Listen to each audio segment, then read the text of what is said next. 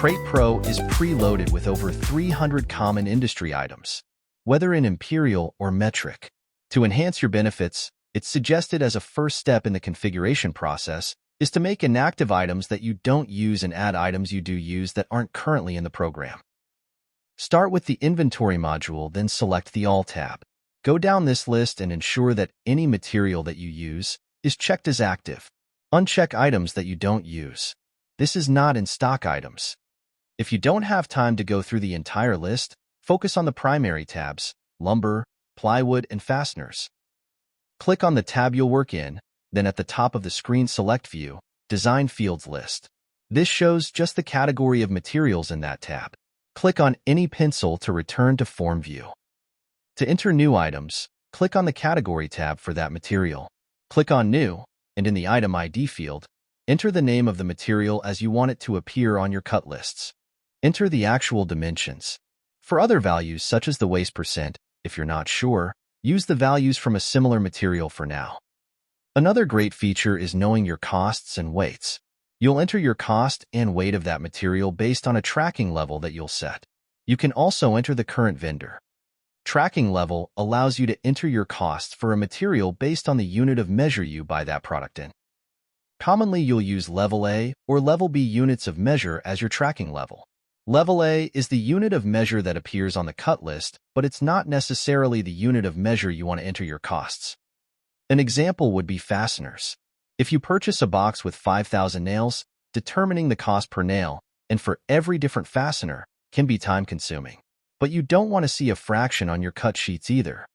Instead, select Tracking Level B and enter the unit of measure you purchased this item in.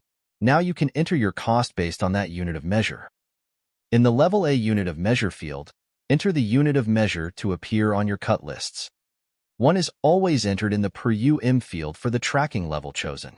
If your tracking level is not Level A, you'll now enter a simple calculation in the Level A per UM field, which tells Crate Pro how many of this item go into your selected unit of measure. In the Level A per UM field, enter 1 divided by the quantity of items that make up your selected unit of measure.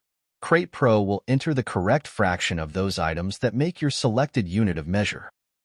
Remember that the Level A unit of measure is what appears on your cut lists and may be your tracking or buying level as well. But when it's not, you have an easy way to determine the fraction of materials that make up your selected tracking level. Available on projects does not imply an active material. Checking any of these boxes indicates that you will sell this material directly from your inventory in the unit of measure in that level. A unique setting to the lumber category is Match Design Component Length. When checked, Crate Pro 6 will look at the unit of measure field, and if in a design, a length matches that length, it will not count a saw stop. It will assume you have that length available, so a cut is not required. Once you set your tracking or buying level, you'll quickly update your costs by the option at the bottom of the screen. Click on the drop-down arrow and select the active category of material you'll be updating. This will give you a list of your active materials in that category. Here you can update your costs. If you're using Crate Pro 6 for design only, entering costs will not be an issue. But removing materials that you don't use will make next steps much easier and lead to fewer errors in the design process. You want to see a clean active list of materials that you use. If you use inactive materials later, you're able to select the Show Inactive and activate any of those items. This should allow you to configure your inventory quickly and keep your costs current. The next step is to select your preferred style templates.